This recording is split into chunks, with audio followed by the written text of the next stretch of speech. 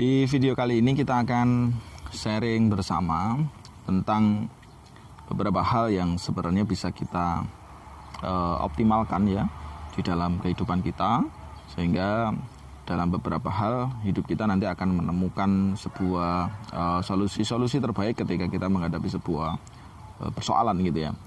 Nah, apa hal itu? Jadi yang utama di dalam sebuah prinsip kehidupan itu adalah mastermind. Jadi sebuah master pikiran ya, di mana master pikiran itu nanti akan mampu membuat hidup kita ini berjalan lebih baik gitu ya.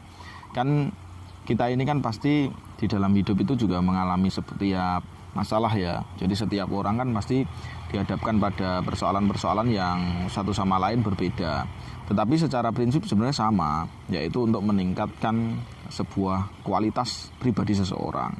Nah, mastermind ini atau ya bisa disebutlah istilahnya secara umum adalah suatu pertemuan ya antara pikiran satu dengan yang lainnya. Jadi ada dua pikiran atau bahkan tiga pikiran dan seterusnya ya. Pikiran-pikiran hebat ini dia berkumpul gitu ya, berkumpul untuk mencapai suatu tujuan dengan visi yang sama. Nah, ya barangkali bisa kita sebut juga dengan konsep jamaah lah ya gitu ya. Jadi dengan orang-orang yang hebat ini atau pikiran-pikiran yang hebat ini berkumpul, itu nanti kita akan bisa menyelesaikan persoalan-persoalan yang secara prinsip itu kadang dianggap oleh sebagian orang itu sangat sulit atau tidak mungkin ini untuk bisa diselesaikan. Nah, kenapa berangkatnya dari pikiran kawan-kawan ya? Jadi kalian harus mengingat bahwa pikiran ini adalah sebuah dominator ya. Jadi mendominasi peran dalam hidup kita. Misalkan contoh seperti ini. Ketika kita dihadapkan dalam sebuah masalah misalkan gitu ya. Karena pastinya setiap orang kan menghadapi masalah ya. Nah, ini misalkan ada 3 orang nih. 3 orang itu dihadapkan pada sebuah masalah, yaitu dia melihat seonggok sampah misalkan gitu ya. Jadi di depannya itu ada banyak sampah misalkan gitu. Nah, satu orang itu ya merasa jijik ya. Dia melihatnya itu jijik bahwa sampah itu kotor, menjijikkan, sumber penyakit karena di situ rumahnya ya lalat lah macam-macam ya. Nah, itu satu orang dia berpikirnya seperti itu.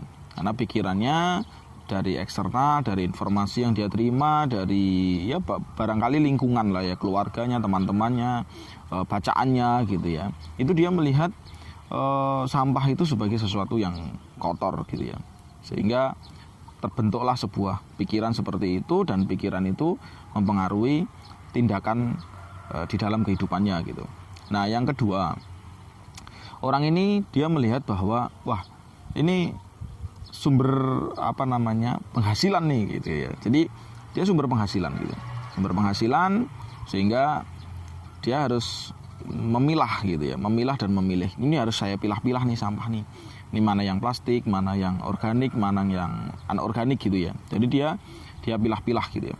Nah, terus yang dia lakukan akhirnya karena dia menyadari gitu ya. Maka mana yang bisa dijadikan profit, money, uang ya, dia akhirnya jual gitu. Mana yang bisa dijadikan kompos misalkan dia olah gitu ya untuk tanaman di sekitarnya, atau bahkan dia juga mengemas sebuah pupuk kompos dan dia jual misalkan gitu. Nah, itu dia dibentuk oleh ya tadi lingkungan informasi yang selama ini dia baca. Bisa jadi karakternya ini terbentuk bahwa semuanya itu bisa make profit gitu ya. Jadi segala sesuatu di sekitarnya ini bisa dibentuk dalam sebuah keuntungan gitu. Nah, yang ketiga itu adalah pribadi yang menganggap ya biasa-biasa saja, ya sudah. Dia nggak nganggap itu profit, dia juga nggak nganggap itu sesuatu yang kotor gitu, sehingga ya dibiarkan gitu saja. Terus ditoke gitu. Ya tahu cuma ya sudah gitu, dibiarkan saja. Nah, pikiran ini kawan-kawan itu membentuk karakter gitu ya, membentuk sebuah tindakan gitu. Maka harus hati-hati.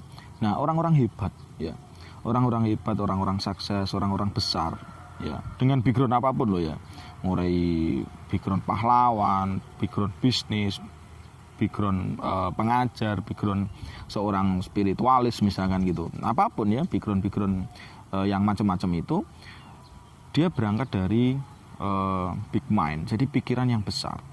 Ya, master pikiran ini tadi, ya dia berkumpul gitu untuk mencapai sesuatu secara bersama-sama.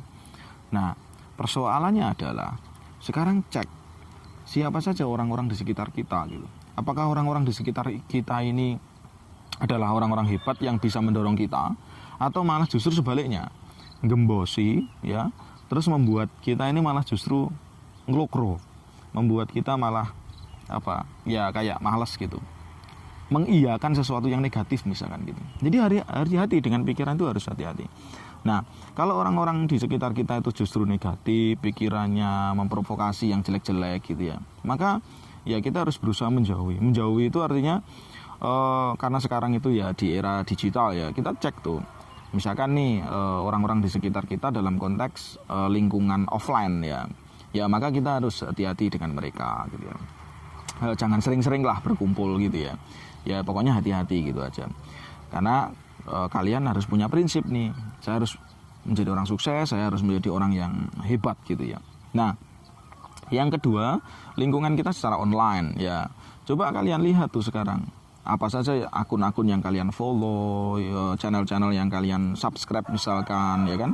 Kalau saat ini sumber-sumber informasi yang kalian subscribe itu adalah, yang kalian baca, yang kalian lihat, dengar itu adalah sesuatu yang negatif, mulai sekarang harus unfollow gitu loh ya.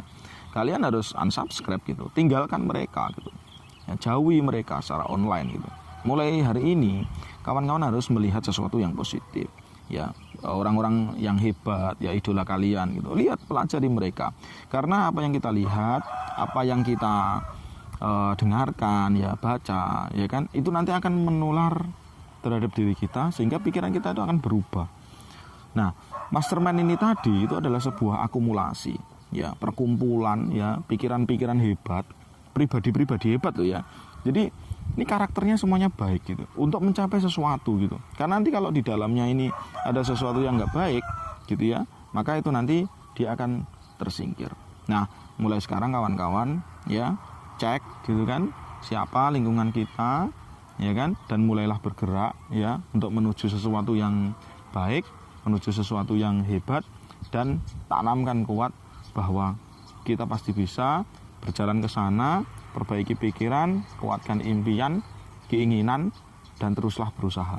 Karena di dalam kamus orang-orang sukses tidak ada sebuah kata kegagalan.